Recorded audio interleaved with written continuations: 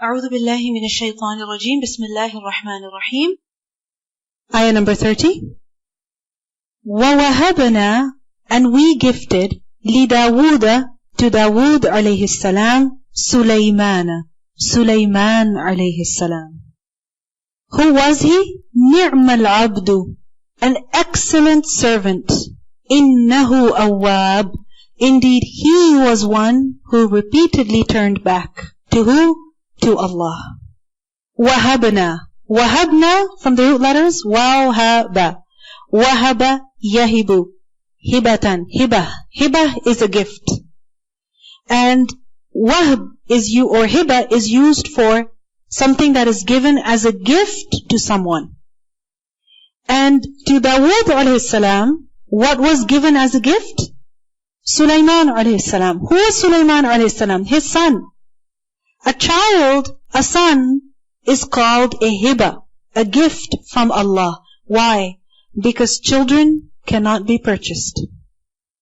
They cannot be obtained by one's own effort. It's entirely Allah's gift to a person. If they have been given the gift of parenthood, this is a gift from Allah. وَوَهَبْنَا لِدَاوُودَ سُلَيْمَانَ. And a child, whatever characteristics they're born with, the parents never choose them. A parent cannot go shop for a child. I want these eyes, those ears, that nose, this and that. They can try with all this modern technology maybe, but results are not guaranteed. They're never guaranteed. So, a child, whatever characteristics they're born with, that is also a gift from Allah.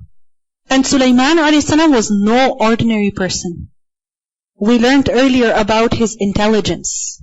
How well he understood the case that was brought to Dawud alayhi salam. فَفَهَّمْنَاهَا Sulaiman. Allah gave the understanding of that case to Sulaiman alayhi salam. He was intelligent. Now that intelligence that Sulaiman alayhi salam was endowed with, that was also a gift. Likewise, his ability to rule over such an amazing, unique kingdom, in which there were jinn and birds and whatnot. It scares you even. How did Sulaiman alayhi salam manage the jinn? It's amazing. So all that ability that Sulaiman alayhi salam was given, Dawud alayhi salam could not have put that in Sulaiman alayhi salam as a father. It was entirely Allah's gift. وَوَهَبْنَا لِدَاوُودَ سُلَيْمَانَ. We gifted to Dawud Sulaiman alayhi salam. And notice over here, for Dawud alayhi salam to have Sulaiman was a favor from Allah. Because to have good children, to have successful children, to have intelligent children, what have we done to deserve any of that? What has any person done to deserve any of that? If Allah subhanahu wa ta'ala wants, Allah can test a person with a very difficult child, with a very disobedient child, with a very rebellious child. Nuh alayhi salam, one of his sons, refused to believe in him. Didn't he? So, this was a gift from Allah to Dawud alayhi salam, that he had a son. Which son? Sulaiman. Allah says, نِعْمَ الْعَبْدِ, an excellent servant. Ni'ma is fi'l madh. It's a word that is used for praising something or someone. نِعْمَ الْعَبْدِ, excellent servant. Who was an excellent servant? Either this is referring to Dawud alayhi salam. Dawud alayhi salam was an excellent servant, which is why Allah blessed him with Sulaiman alayhi salam. إِنَّهُ أَوَّابٌ, indeed he was awwab. Who was awwab? Dawud alayhi salam was awwab. He frequently turned to Allah, repeatedly turned to Allah, and because of that Allah gave him the gift of Sulaiman alayhi salam. A lot of the times there's parents who, instead of being grateful to Allah subhanahu wa ta'ala for not only the gift of having a child and the gift of having children with, certain talents and abilities, they tend to take pride in it in themselves. And Allah subhanahu wa ta'ala is reminding us here that, yes, there is an aspect of upbringing, but there's only so much you can teach your child. Whatever they're naturally born with, whatever skills, talents, they have nothing to do with you. And even if you were born with them as well, how on earth did you get them in the first place? Yeah, exactly. And the opportunities that a child gets, sometimes they are beyond a parent's ability. Really they are. A mother or a father wants that their child should be exposed to certain things or should not be exposed to certain things, should, get this or get that, learn this or learn that. but they cannot control the environment. They cannot control the school. They cannot control the opportunities. This is all rizq from Allah. So, ni'mal abdu, what an excellent servant Dawud a.s. was, which is why Allah gave him Sulaiman as his son. Now, if we connect this with the previous verses, again we see a test for Dawud a.s. After that test, Dawud a.s. is turning to Allah, seeking His forgiveness. Allah subhanahu wa ta'ala forgives him. Not only that, He blesses him with more gifts in this world. A greater responsibility of Khalifa, more guidance, and then a son like Sulaiman a.s. Secondly, ni'mal abd, the servant over here can be understood as Sulaiman a.s. Like father, like son. Because many habits children pick up from their parents without even, parents deliberately trying to teach their children. So, ni'mal abd, what an excellent servant Sulaiman was. Innahu awwab, indeed he was also awwab, one who repeatedly turned to Allah, just like Dawud a.s. did. Now the word awwab, we have read this earlier also, I told you the meaning, hamza wa ba, awwaba, aba is to return. It basically means rujur. You see the word awwab, fa'al, it shows repeatedly, again and again. Anaba, the word inaba, is to return again and again. That's just the word, the meaning of the word itself. Awwab gives us two benefits. Firstly, awwab is used for a living being, meaning a conscious, intelligent one choosing to return. Meaning he has the option of not returning, but he chooses to return. Look, he is living. It's a deliberate, conscious action. And secondly, the structure of the word awwab, it shows that he turned repeatedly. How? In obedience, in praising and glorifying Allah, seeking His help, seeking His forgiveness. Innahu awwab. Now an example is given of how he frequently turned to Allah. When urida alayhi, it was exhibited upon him. Urida, ayn, ra, dad, arada. Arada is to show something, make it visible, present it. And urida alayhi, it was presented upon him, meaning before him. Before who? Before Sulaiman a.s. Meaning it was displayed in front of him. And urida, it was displayed. When this style is used, majhul, it gives the benefit of enormity. That what was displayed before him was not something small, it was something huge, massive. What was displayed in front of him was not just a few things, but many things. إِذْ عُرِضَ عَلَيْهِ, when it was exhibited before him. Remember, Sulaiman a.s., like his father, was also a prophet and a king. And a king. So, what was presented before him? بِالْعَشِيِّ, in the afternoon, late afternoon. Remember the word ashi refers to the time after Zuhr, until nightfall or until Fajr. So you're talking about Asr time, after Asr time, Maghrib, late Maghrib, Isha, and some take it all the way to Fajr time. So evening, night, both, Ashi. This incident, however, happened before sunset, as we will see in the following verses. So in the evening, they were displayed before him. What was displayed before him? As-safinat, al-jiyad. As-safinat, poised horses, plural of the word safina. And what is safina? Safina, from the root letter sad fanun, is used for a horse when it's standing on 3 legs. Okay? The word safina is used for a horse when it's standing on 3 legs. What about the 4th one? The 4th one is kind of up, or it's just that he's resting on the hoof, or the edge of the hoof of the 4th. Okay? So, safinat. It's very elegant. One is that, boring, standing on all 4. And the other is, it's a pose, in a way. Right? They're posing. And it really shows a lot of elegance. Safinat. And these safinat were not just good to look at in the way that they were standing. The word safinat also applies to horses that are of the noblest breed. When it comes to horses, breed matters a lot. Sorry for being racist, but it matters a lot. Because depending on the breed, depending on the genes, the horse is either swift, strong, or not. That's just how it is. Okay? So anyway, noblest breed, swift of foot, this is what safinat are. And al-jiyad. Jiyad, race horses. Jiyad is a plural of the word jawad. Have you heard of the name jawad? So jawad means racer. Okay? One who runs really fast. It's from the word jud. Jim, waw, dal. Jud is basically to spend generously. A person when he's spending generously, he's giving here, here, here, quickly. He's just giving. He doesn't keep things with himself. They come and they go quickly. So this is who a jawad is, a racer. One who's very fast, one who's very quick. So al-jiyad are race horses, horses of the highest speed, swift-footed steeds.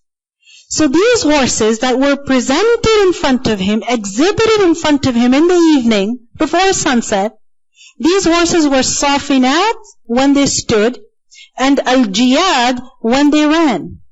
So when they stood as safinat, very elegantly, and when they ran with speed. They were very fast. So in these horses, there was beauty, strength, speed, everything combined. And that is what you want in a horse. But what do we know about horses? We never take interest in that. How sad. So when it comes to horses, all of these things matter. The elegance, the beauty, the speed, the breed, all of this. So every good thing, every plus point was in these horses. فَقَالَ. So he said, Sulaiman alayhi salam, as he's watching these horses, they're displayed in front of him. They're running back and forth. They're standing and they're running again. As he sees them, he cannot help but say that inni, indeed I, ahbabtu, I love, hubb al-khayri, the love of good. What is khayr? Khayr is good, something that is good, but the word is also used for wealth. وَإِنَّهُ لِحُبِّ الْخَيْرِ لَشَدِيدٌ. Right? Khayr is used for wealth. إِن تَرَكَ خَيْرًا then al-wasiyyatu lil-walidayn wal-aqrabin. If a person leaves khayr, meaning some property, wealth. And khayr over here specifically is referring to horses. Because horses are one of the best properties a person can have. Why? There's just this connection that a person builds with the horse. And it's amazing how, I was watching this video the other day and the person was saying that, when your horse is trained and you're in sync with the horse, it's a relationship that you've built with the horse such that the horse's feet become your feet. The horse's front legs become your front legs. It's as if the horse becomes a part of you. So there's such a deep understanding, a very deep relationship between the rider and the horse, between the owner and the horse. The man was walking with the horse.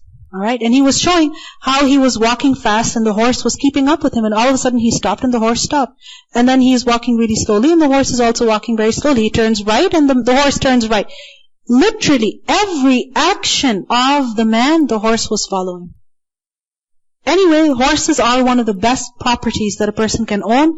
The Prophet ﷺ also said, there's a hadith in Musnad Ahmad, that al-khayl مَقْعُودْ بِنَوَاصِيهَا الْخَيْرُ إِلَى يَوْمِ الْقِيَامَةِ. Horses are such that good is attached to their foreheads until the day of judgment. Meaning they are a source of good. Goodness is attached to horses forever. Meaning even if we have cars and we have every mode of transportation available to us, horses will have value because of the fact that they are horses. And is that true? Exactly. They're so expensive.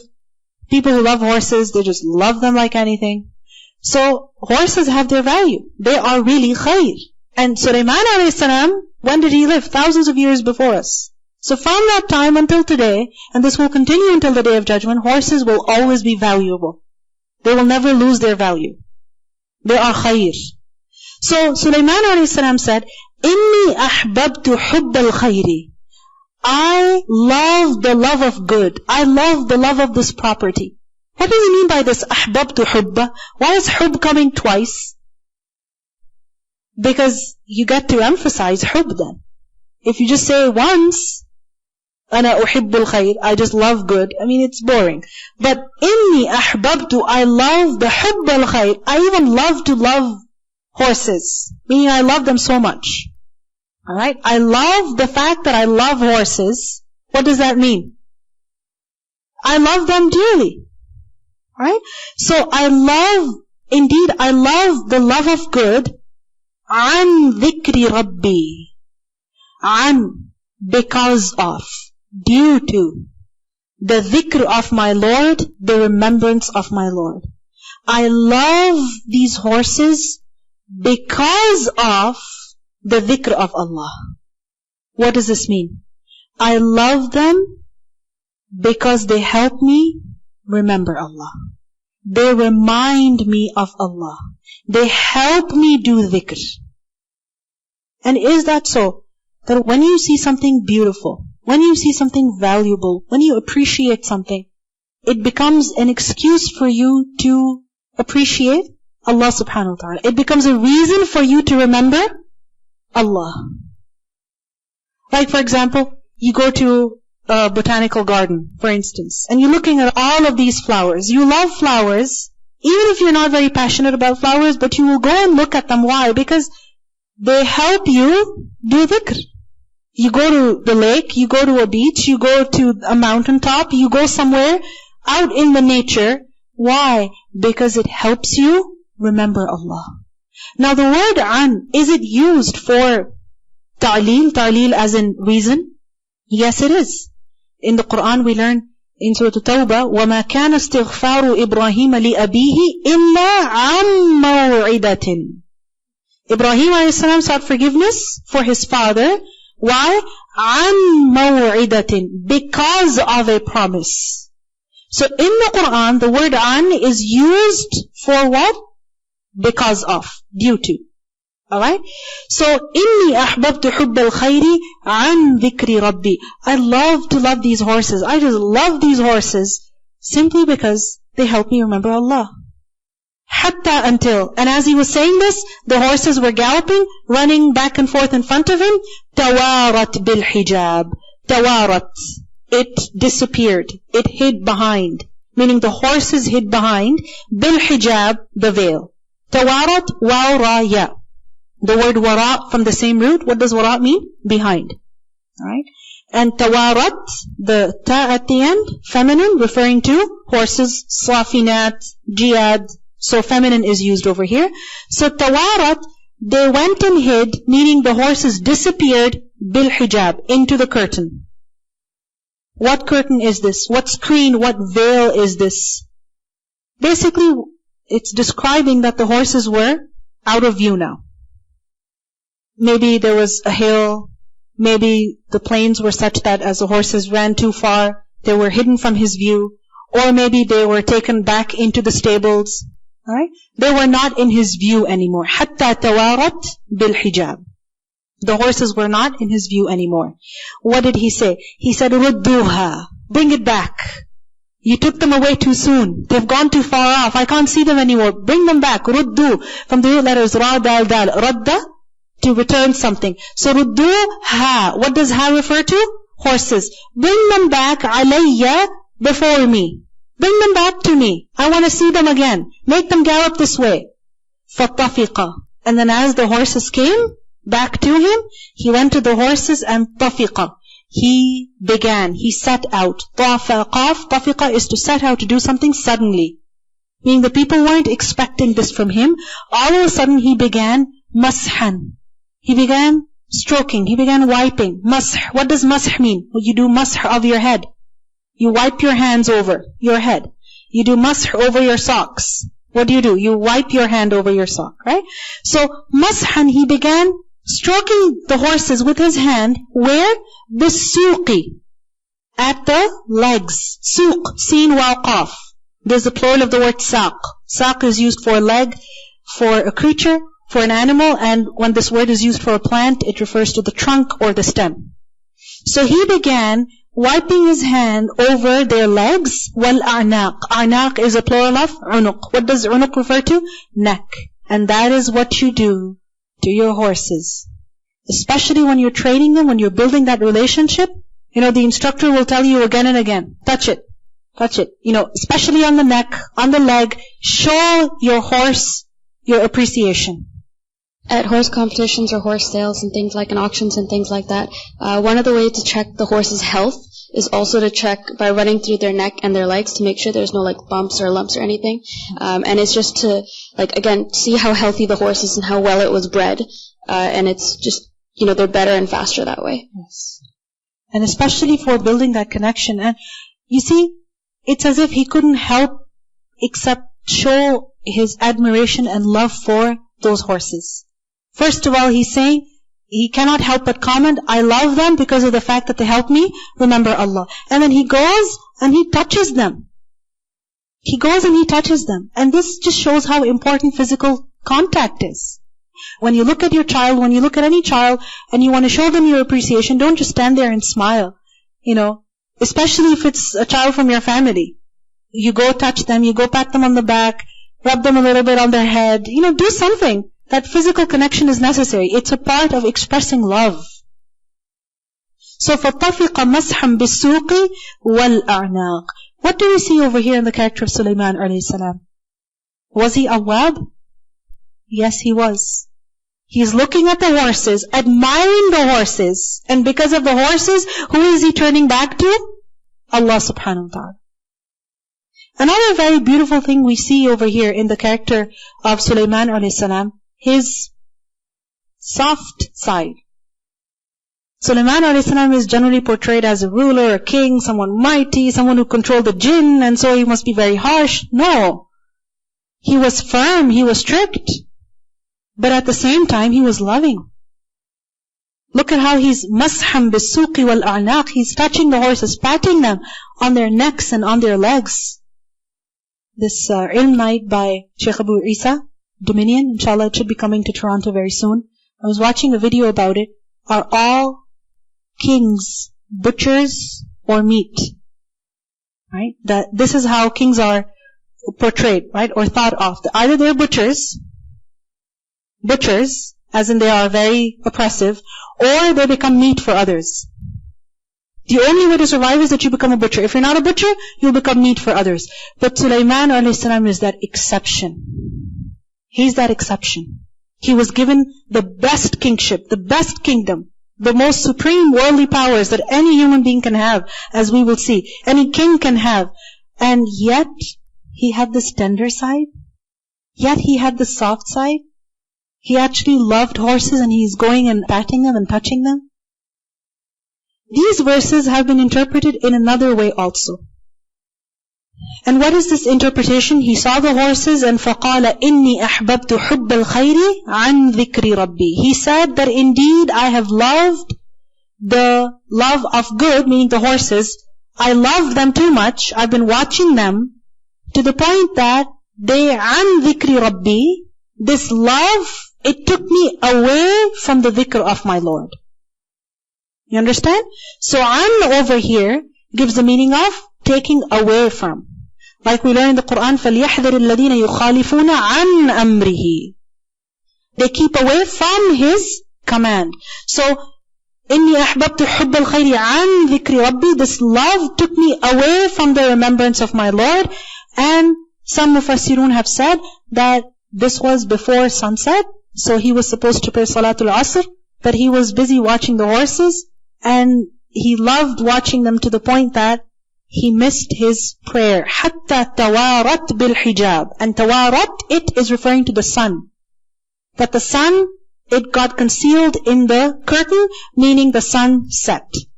The sun set, he missed his prayer. Does this happen with us? That a person gets so busy, watching, reading, cooking, eating, talking, and he's so engrossed in it that he forgets the prayer. So something like this happened with Sulaiman alayhi salam. So he said, رُدُّوهَا عَلَيَّ. He said, bring the horses back to me. فَطَفِقَ مَسْحًا بِالسُّوقِ وَالْأَعْنَاقِ. And over here, mash has been interpreted as that he began slaughtering the horses. Okay? He began slaughtering the horses بِالسُّوقِ وَالْأَعْنَاقِ. In other words, he just simply slaughtered those horses because they distracted him from Allah. So he gave them up. Alright? And this would not be a waste of wealth, because anything that distracts you from Allah, it's better that we give it up for the sake of Allah, and Allah will replace it with something better. This is similar to how Imam Bukhari, he threw away that 1,000 dinar to protect his honor for the sake of Allah, for the sake of preservation of hadith. Correct? So that throwing away 1,000 dinar was not a waste. And of course, if animals are being slaughtered, it would be understood that the meat would be given in charity, because perhaps horses were, halal. Even today, they are considered halal by some groups. Regardless of whether they're halal or not, at that time, they must have been halal, and so the meat would have been distributed amongst the people. Both opinions are there, and remember, they're only opinions. Alright? From the Sunnah, from the Qur'an, we don't really find any solid proof to show one is stronger than the other. However, when you look at the text, what flows more easily? The first one, especially because of the word mashan. Mash is not used for slaughtering. Mash is to wipe.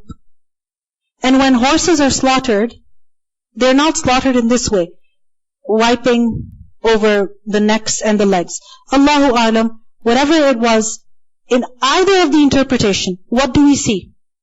In the first one we see, إِنِّي أَحْبَبْتُ حُبَّ الْخَيْرِ عَنْ ذِكْرِ رَبِّي. He is watching the horses, and the horses are reminding him of Allah. The second interpretation, if the horses became a distraction, he got rid of them in order to turn back to Allah. Either interpretation, what it shows to us about Sulaiman a.s. is the fact that he was awwab. He used his resources, his gifts, as a means of drawing closer to Allah. And if they became a hindrance, then he removed them from his way.